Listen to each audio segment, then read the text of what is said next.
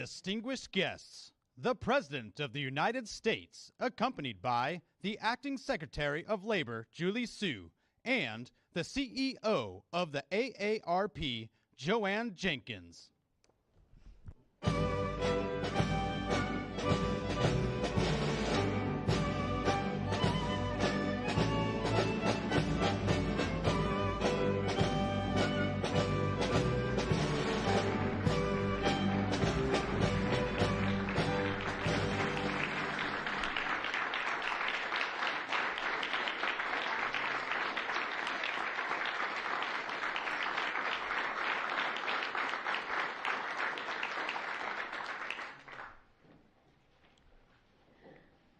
The promise of a good job and a secure retirement gives families, as President Biden often says, a little breathing room.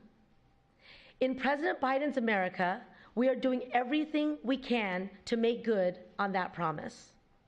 Today, this administration takes another step to help Americans save for a secure, dignified retirement. This builds on other steps we've taken, which are making a real difference for millions of families across the country. For example, the Butch Lewis Pension Relief Program is shoring up financially troubled multi-employer pension plans and helping millions of union workers and retirees get the pensions they've earned.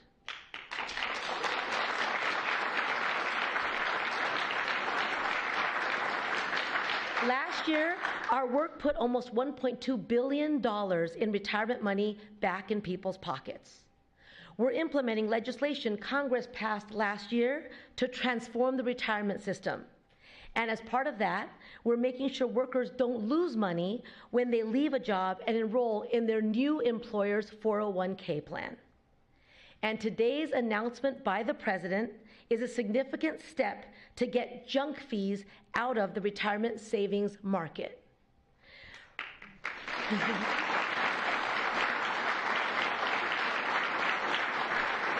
Retirement funds are often the largest savings that people have. They deserve to know that their financial advisors are giving them trustworthy advice, and that the investment savings they've worked so hard to build, little by little, paycheck by paycheck, year after year, aren't being eaten away by junk fees. Under President Biden's leadership, we are making sure that that money stays in the pockets of hardworking Americans. This is a priority for workers, it's a priority for me, and it's long been a priority for our president, who always has American workers' backs.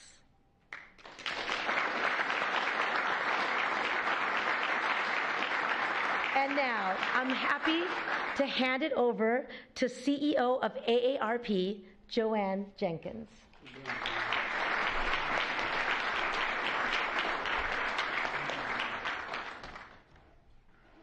Good afternoon. It's an honor for me to be here today. As CEO of AARP, I have the privilege of leading an organization that's dedicated to empowering Americans to choose how they live as they age. Throughout our lives, we've all been advised to save money for retirement, but this can be a daunting task. While many Americans seek professional help to manage their money, too many can't trust the advice that they get about how to make their retirement savings work for them. Tens of millions of people across the country have invested their hard-earned money into retirement accounts. They need to be able to trust their financial advisors to give them the advice that is solely and completely in their best interests. That's why AARP is honored to be here with President Biden as he takes a critical step to better protect the retirement savings of so many hardworking Americans. The road to get here has been long and hard fought, and AARP has been there every step of the way, never giving up the fight to protect America's retirement security. And neither has President Biden. His administration has worked diligently to level the playing field and to provide more secure and prosperous retirement for millions of Americans. It's now my pleasure to introduce a true champion for working people, President Biden.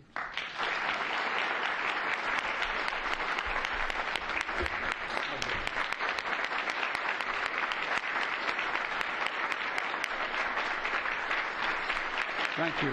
Please. Thank you, thank you, thank you. Joanne, thanks for that introduction. For all the good work you do at AARP and helping Americans achieve security retire. Look, Julie Sue, our acting Secretary of Labor, it's going to be hell when you're full-time Secretary of Labor. You're doing such a great job as acting. Supporting an awful lot of American workers. And to the advocates and policymakers here today, thank you for all you do to support American families and protect hardworking Americans. Folks, you've heard me say it before.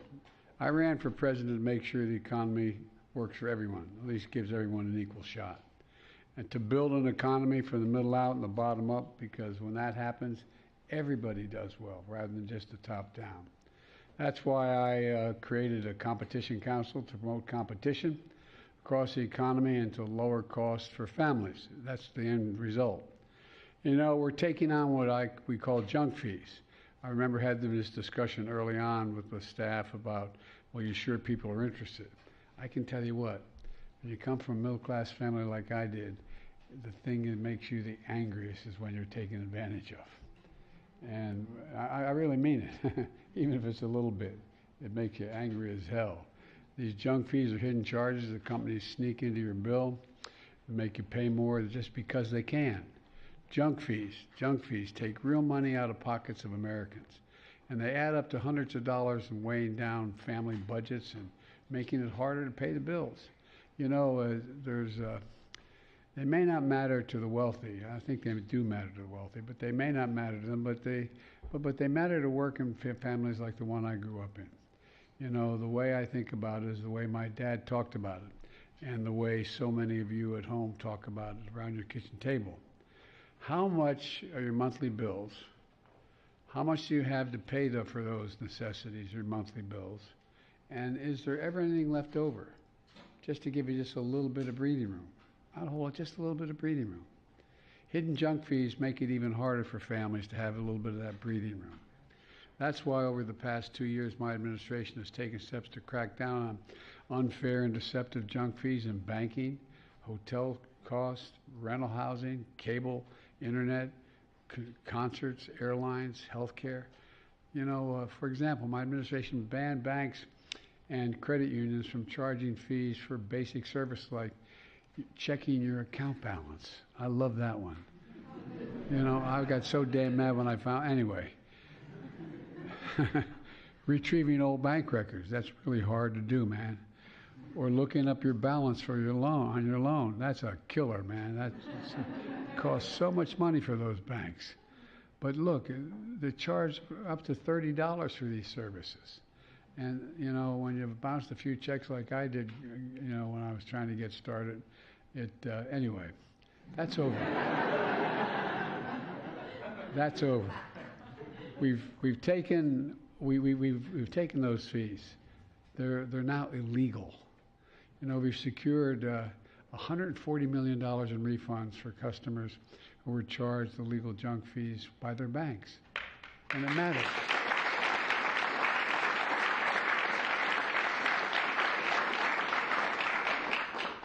Just a few weeks ago, I announced our most competitive, comprehensive action ever. That's eliminating junk fees in industries and sectors across the entire economy.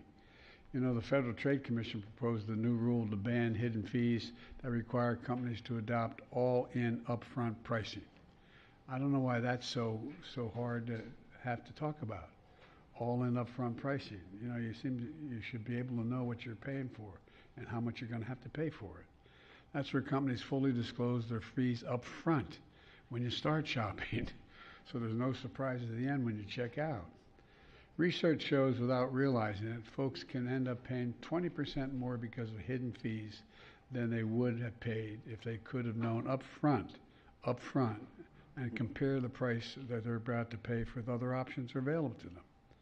Now, thanks to actions we've taken, companies would have to show the full price from the start. That's good for customers, and I would argue it's good for honest businesses trying to do the right thing so they're not being out-competed by folks who do the wrong thing. And today we're taking additional action to eliminate junk fees in retirement savings. Now, I would argue that most people, an awful lot of people, but not the people in this room, but an awful lot of people don't think about that retirement when they're 20, 30, and 40 years old. But here's what it means. Many Americans spend their whole lives working, putting every dime left at the end of the month into a retirement account. So after working hard for decades, they can retire with dignity and a little bit of security. And many families get advice from financial advisors in doing that. And to help them out, because they don't know. They don't know annuity from snooty. But think about it, all kidding aside. Think about the average family. Now let me be clear about something. Most financial advisors give their clients good advice at a fair price and are honest with them. But that's not always the case. Some advisors and brokers steer their clients towards certain investments not because of the best interest of the client, because it means the best payout for the broker. I get it, understand it, but I just want you to know we're watching.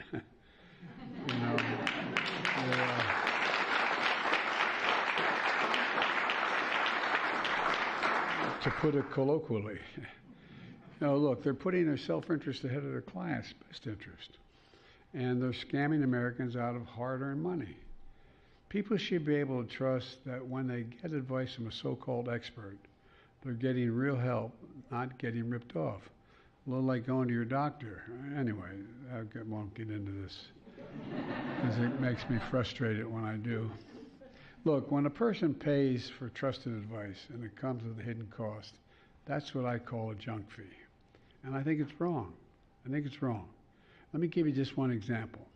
Millions of Americans have investment in so-called annuities in their retirement accounts. Annuities are supposed to work like a pension plan. You might buy with one. You might buy one with a one-time payment, and then when you retire, you get the same amount of money back after year. Now, that's how it's supposed to work.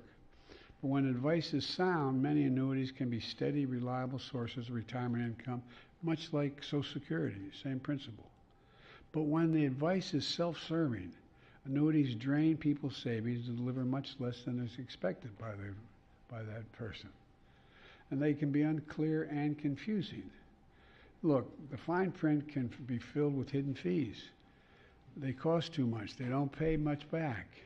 But some brokers sell bad annuities because these brokers get big commissions when they amount to thousands of dollars over time. They're going into the broker's pocket instead of the client's pocket. The money is going in. Right now, millions of Americans, especially seniors, are being targeted by financial advice and insurance brokers selling bad annuities that work for the broker, not for the client. I'm not saying all brokers, I'm just saying some. All told, bad financial advice, peddled by unscrupulous financial advisors, driven by their own self-interest, can cost a person, a retiree, up to 1.2% per year in lost investment. That doesn't sound like much, but if you're living long, it's a lot of money. Over a lifetime, that can add up to 20% less money when they retire. For a middle-class household, that can amount to tens of thousands of dollars over time. Imagine the difference the money would make for retired families all across America if that wasn't the case. So here's what my administration is doing to protect seniors from this kind of financial fraud. Today, the Department of Labor is proposing a new rule, meaning that when you pay someone for retirement advice, they must give you advice that's in your best interest, not whether it gets them the best payday. To use this technical term, all financial advisors giving retirement advice or selling retirement products would now have to have a fiduciary duty to their clients. Most people think there is that fiduciary duty already. As you may know, many financial advisors already have that duty, thanks to the law passed in the 1970s called the Employment Retirement Income Security Act, known as ERISA. Now, you say people have ERISA, they look at you like, what are you talking about? Like almost all the acronyms we use in the federal government. But that law cracked down on conflicts of interest that protect regular folks from being misled or exploited. But a lot has changed with retirement savings since that law was passed 50 years ago. Back then, more workers had traditional pensions, IRAs were brand new and 401ks didn't even exist. Things are different now, but the rules haven't caught up. The SEC has done good work to update consumer protections, but big loopholes still remain, for example, regarding the sale of annuities. With this new rule that we're proposing, they would close these loopholes. It penalizes any financial advisor or insurance broker who giving advice about retirement or selling retirement products and suggests if they don't give their client the best, act in the best interest of that client in the first place. If they don't, if they breach their fiduciary duty, they could face serious penalties, including having to pay restitution and additional financial penalties. The action we're taking today is, I believe, long overdue. If this rule is finalized as proposed, it's going to protect workers and it's going to that are saving for their retirements. It will protect seniors from being exploited. It will protect many trustworthy financial advisors out there who are doing the right thing from unfair competition. Now they won't be undercut by competitors willing to use deception or underhanded tactics to make a profit. Look, the bottom line is this is about basic fairness. People are tired of being played for suckers.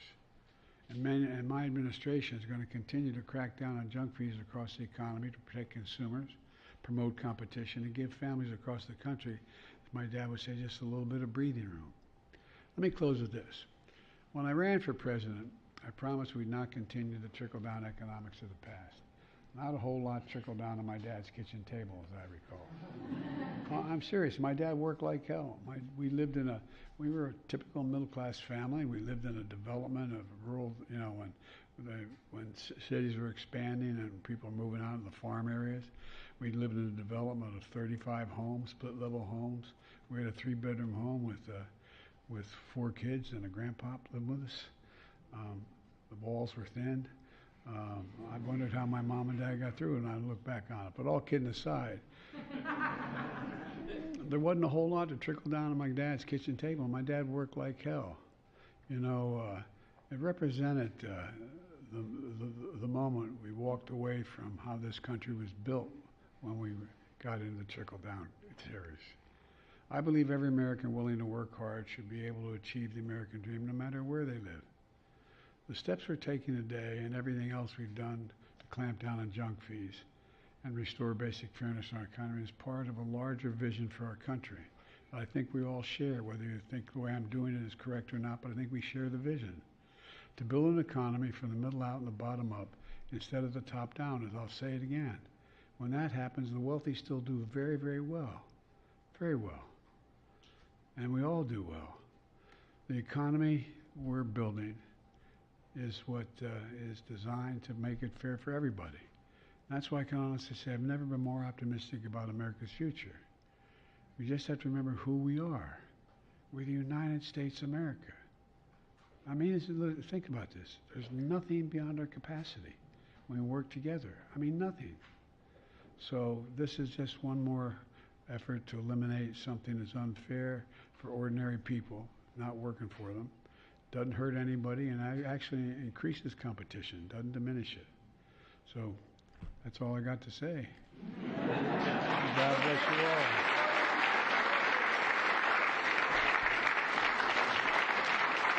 Thank you.